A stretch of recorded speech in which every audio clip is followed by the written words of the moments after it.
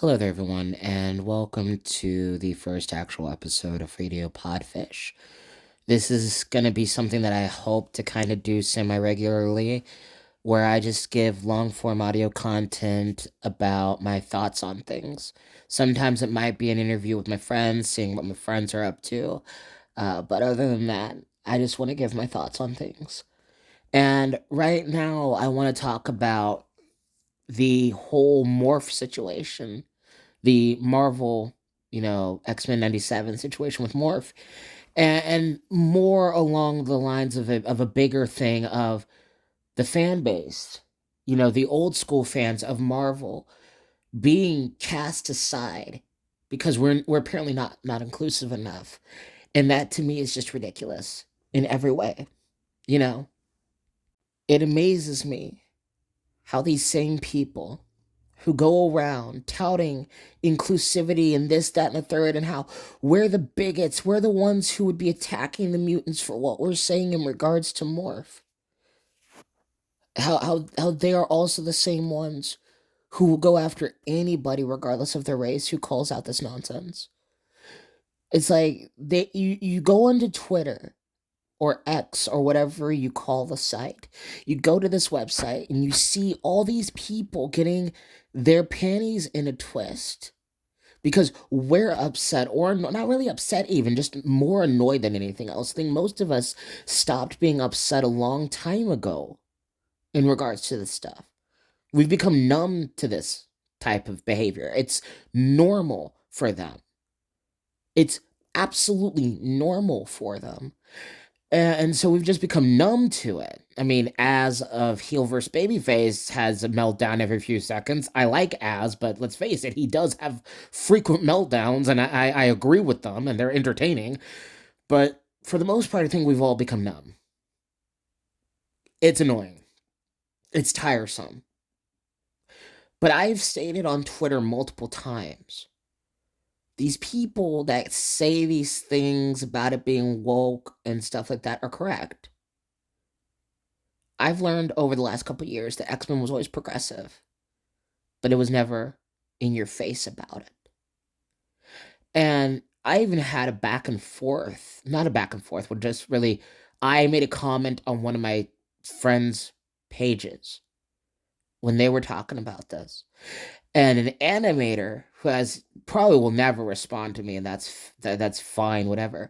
But apparently, a comic book illustrator for Marvel came and told me, "You're the type of person who would be upset that Storm was black." When I showed the video of Stan Lee saying this, social issues I try to get in the background or underlaying a plot, but never to the point of letting it interfere with the story or hitting the reader over the head. this illustrator for Marvel was saying that I would be triggered by that. Like if Storm was black, assuming my race. I'm biracial. I'm half black, I'm half white. And on that thread, Jean is black herself. And this is a white dude. This is a white illustrator. I believe, let me look up his name real quick. His name is Matt Frank. And I went to his profile and saw that he was a Marvel illustrator. So of course he's gonna fight tooth and nail for Disney. It's his livelihood. But here's the thing. I love where I work. I love being a busser at the restaurant that I work at. I don't simp this hard for the company, and they're a really good company to work for. So why are you simping for a company that doesn't even give a crap about you? Does not, probably more than likely doesn't pay you enough. But you're simping for them. And he told me in response to the video that I posted on my friend Jean's page, you're the type of person who would be complaining that Storm was there. You'd say that Storm would be beating you over the head. Meanwhile, I love Storm. I love Storm. And Storm, her whole thing was not being black. Like being black was the last thing you cared about in regards to Storm. Her race didn't matter. Her sexuality didn't matter. None of this stuff mattered. She just happened to be black. That's it. It didn't have anything to do with the story itself. Like that's my problem with these fools who constantly are like, "Well, you're just mad because it's a LGBT person, or you're just mad because it's a black person." No, no, because gay people are tired of this forced diversity. Black people and biracial people like myself are tired of these forced diversity things. If this was indeed, you know, 10, 15 years ago, and this were to happen, they would not be making it a big deal in the news. Because they even stated in an article, I found an article that said Morph will have no changes to his character. It's just, well, hold on. Let me actually read it for you. Now, forgive me, I forget where I found this, but I took a screenshot of this. And this article says Morph being revealed to be non binary in X-Men 97 will change nothing about the character, but will provide important representation for audiences and will underline exactly what made the X-Men so relatable in Marvel Comics. Relatable. Important representation. So they literally just admitted, and I don't know if this was Disney who said this or Marvel. I'm pretty sure Marvel did say this or said something along the lines, but going by this article, if this was a quote from Marvel, you're literally admitting to doing this for progressive points. What made the X-Men so awesome, at least to me, I wasn't very big into the comics. I read them occasionally. I listened to the TV shows and stuff like that. But for me, what made X-Men so awesome and so amazing is the fact that, these were superheroes beating people up, beating up the bad guys and saving individuals and being awesome like that. That was my personal favorite thing in regards to X-Men. I didn't really think of all this diversity stuff, but as I got older, I noticed that it was a very diverse thing. But they didn't beat us over the head with it, like Stan Lee said. He didn't create Storm and then was like, look, we've got a black superheroine. Like, he didn't do that. That's a recent thing. And that's why you get all these pissed off individuals who are getting annoyed by this because it's getting so overdone and so played out. We're just tired of it. We are. And so we're seen as the outcasts of society now because we just want things to be organic. Why are you changing a character, an existing character's sexuality? Why not, if you're going to do something, create a whole entirely new character and make them non binary? That's been our whole thing this entire time. But on top of that, let's say I was okay with the non binary character. If the show is based off of 1997 and it's an homage or supposed to be an homage to, the 97 series. Let's say non-binary is a real thing, stuff like that. Let's say all that. Why in the world are we having a non-binary character in a place that's set in the 90s when non-binary wasn't even a thing thought about back then?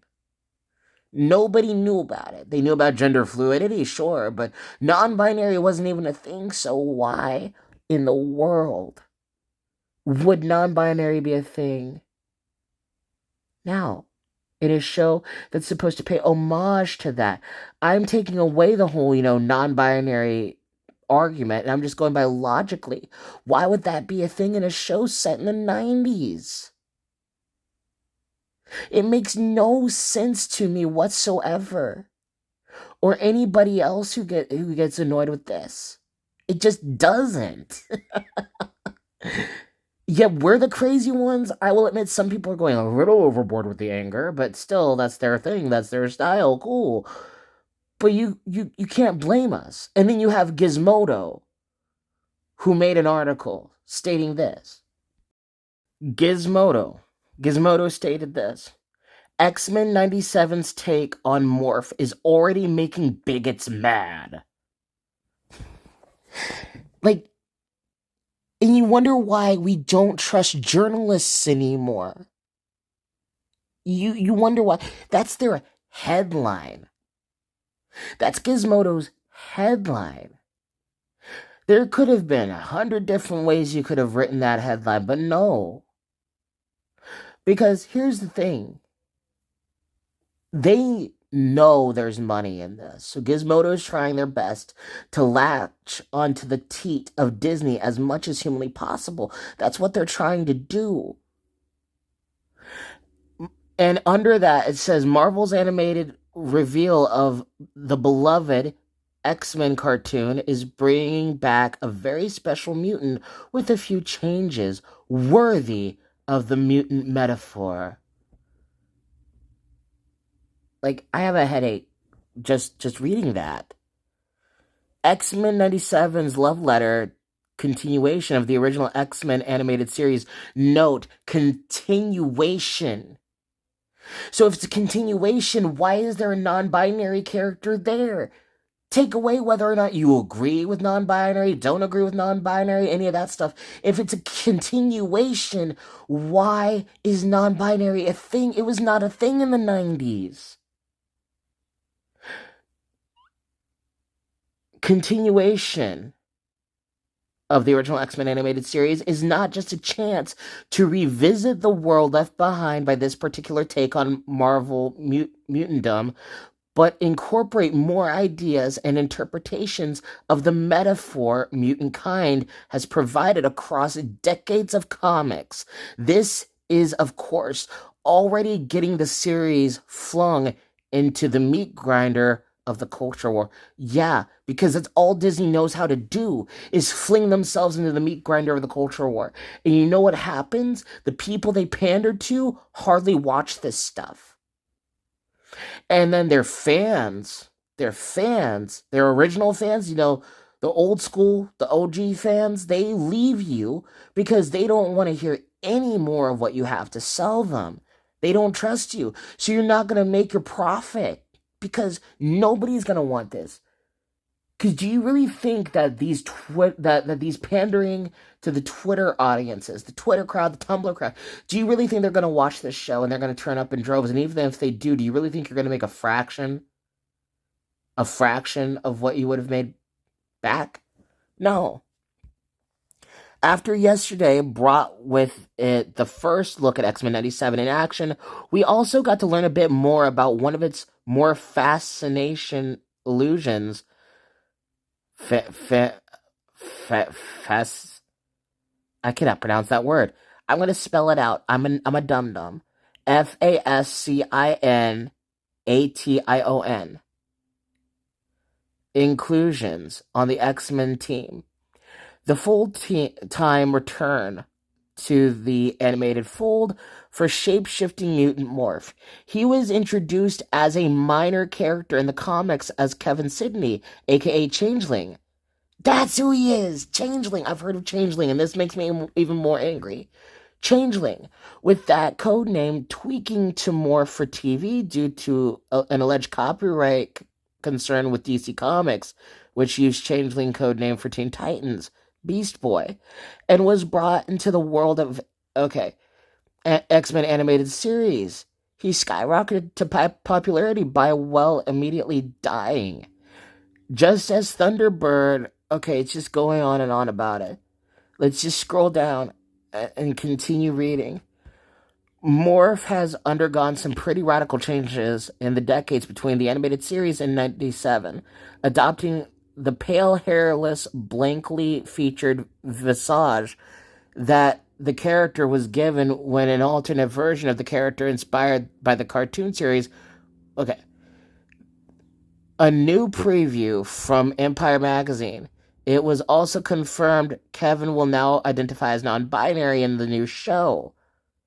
This is the important part, this has inevitably, as the discussion of any inclusion of perspective that isn't white, masculine, or cisgender, or heteronormative in popular culture often does these days. Okay, let me retry that. It was also confirmed Kevin will now identify as non binary. This has inevitably, as discussion of any inclusion as a perspective that isn't white, masculine, cisgender, or heteronormative in popular culture often does nowadays, sparked a wave of blowback from certain vocal groups that Marvel has made the X-Men woke. They have. It's more often than not a facile, bad faith argument. I'm terrible at words. Facile. I'm horrible at words. I'm sorry. Bad faith argument. Yeah, of course, because anything that, targets this narrative, this needless need to preach about whatever inclusion you're throwing in there, because Disney just wants a pat on the back for it, is a bad faith argument. But one that feels particularly so in the face of a franchise like X-Men.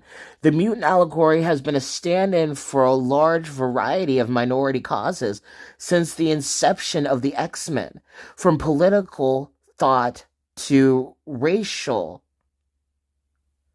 discrimination to, yes, inclusion of gender identity and queerness.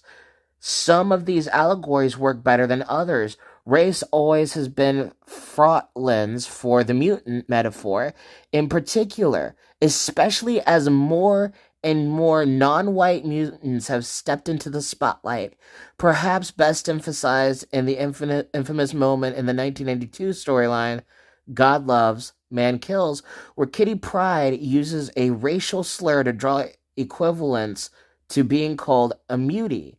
But the connection between mutant kind and queerness has always been particularly potent, and a topic the franchise has engaged with for generations and generations of storytelling in ways big and small. Telling stories about minority identities, including queer ones, sits at the heart of X-Men, and it should be no surprise to anyone beyond the culture war grifters, yes, because we're grifters now, that X-Men 97 will be inclusive of that as well. So let me ask you this. Let me ask you this. If that's really why Disney's doing this, if they're really doing it because of the heart of X-Men, and that's the whole thing, why not just call him non-binary in the show without preaching it and saying, hey, we're gonna have a non-binary character? Why do you always have to preach or say we're having non-binary characters? Why do you always have to proselytize that? Just show it in the show, and if people decide to watch it, they decide to watch it, but you don't have to force it and shove it in people's faces all the time. That's where we have our biggest issues, is when you push it in people's faces. And then we're seen as the grifters because we call this stuff out. Sure, what you just said is possibly true, but even Stan Lee didn't do this stuff. Remember I played you that clip a few minutes ago? Yeah, he didn't do that stuff either. That is something that, is a new thing. It's a new thing over the last 8 years that people have just been announcing. That's the word I was looking for earlier. Announcing, these characters are now minorities. Like, and you cannot leave well enough alone. You cannot just keep somebody their sexuality or their gender or whatever, and then make a new character. You have to change an existing one because it's going to piss people off. And that's going to drive clicks.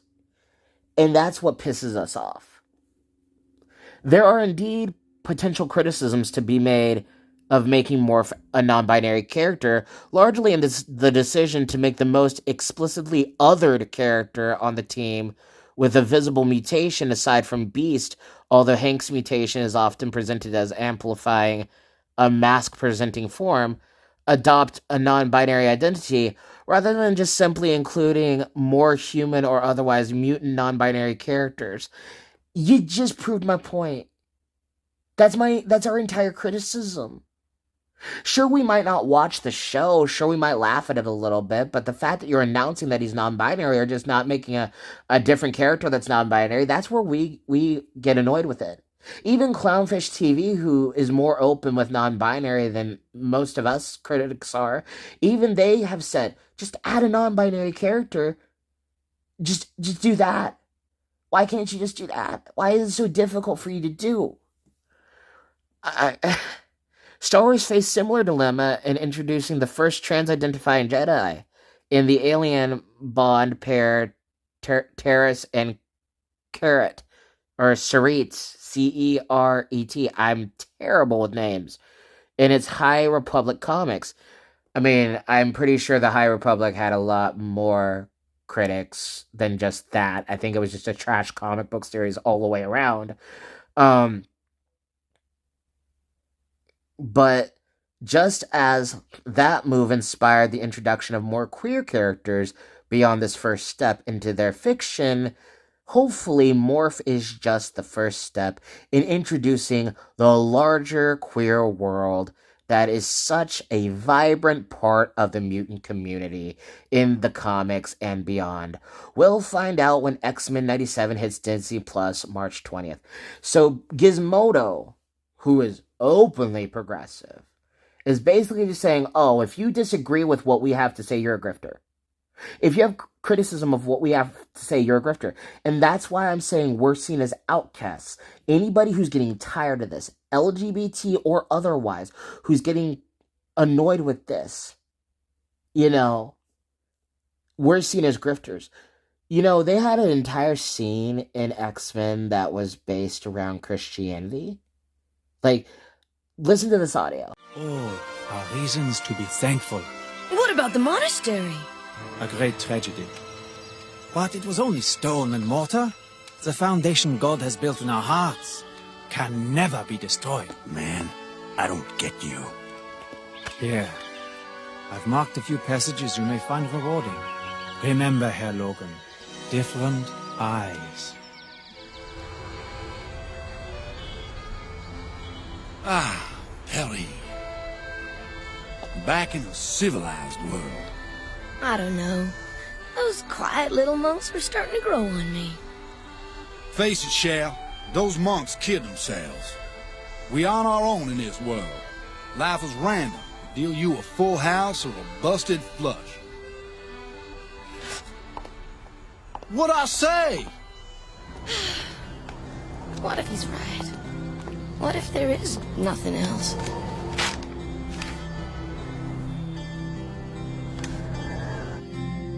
I will give thanks to you, O Lord, for though you were angry with me, your anger turned away and you comforted me.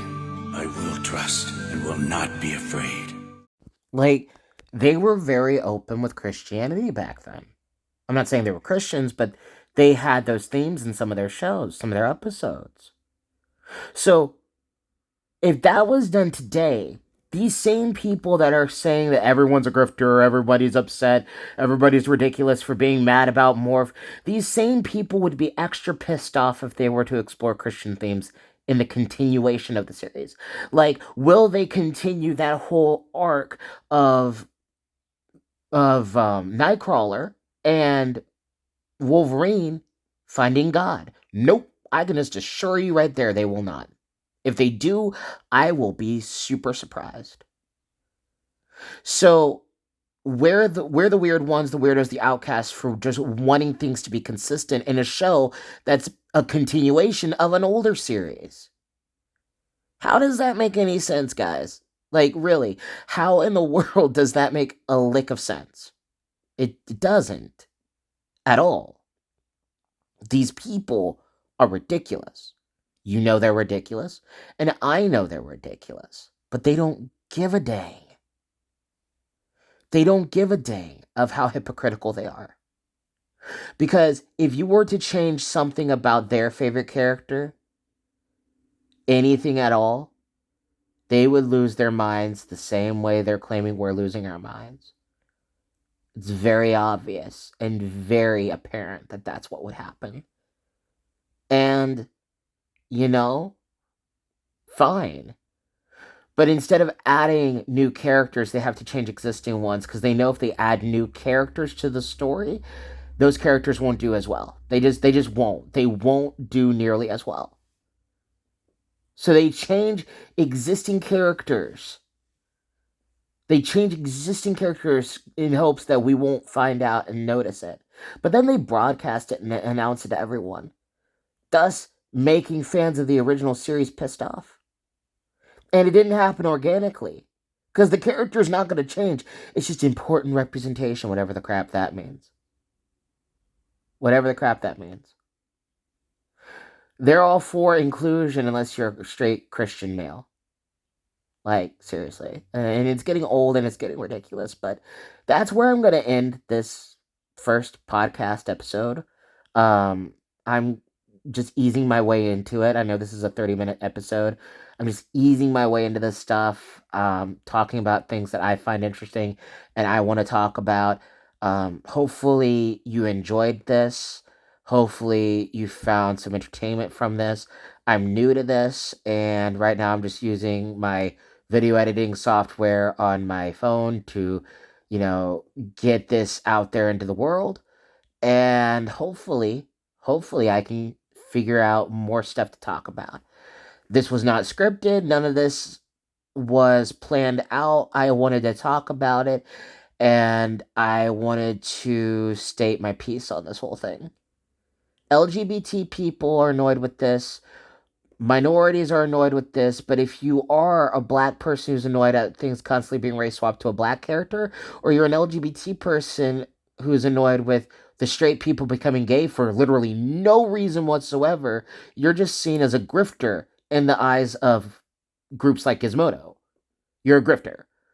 So, yeah, that's my whole stance on this. It's stupid, it's ridiculous, and it's why I'm glad that people like Moist Critical have their own comic book series and stuff like that, and it might be getting a theatrical release and stuff, and that makes me happy for him, because he hopefully will not be getting political, and he's just going to make a good story. Whether I like the story or not, that's a personal thing with me, but whatever. But guys, thank you so much for watching. I truly appreciate you, and I truly appreciate your support. Tell me what you think in the comments below. Like, share, whatever it is you can do on whatever platform it's posted on. This is Gabe of Radio Blobfish signing off, saying take care and God bless. And please remember to be good to one another, because there's too much hatred in the world, and we need more peace. We really do. Thank you guys. I really do appreciate it. Bye.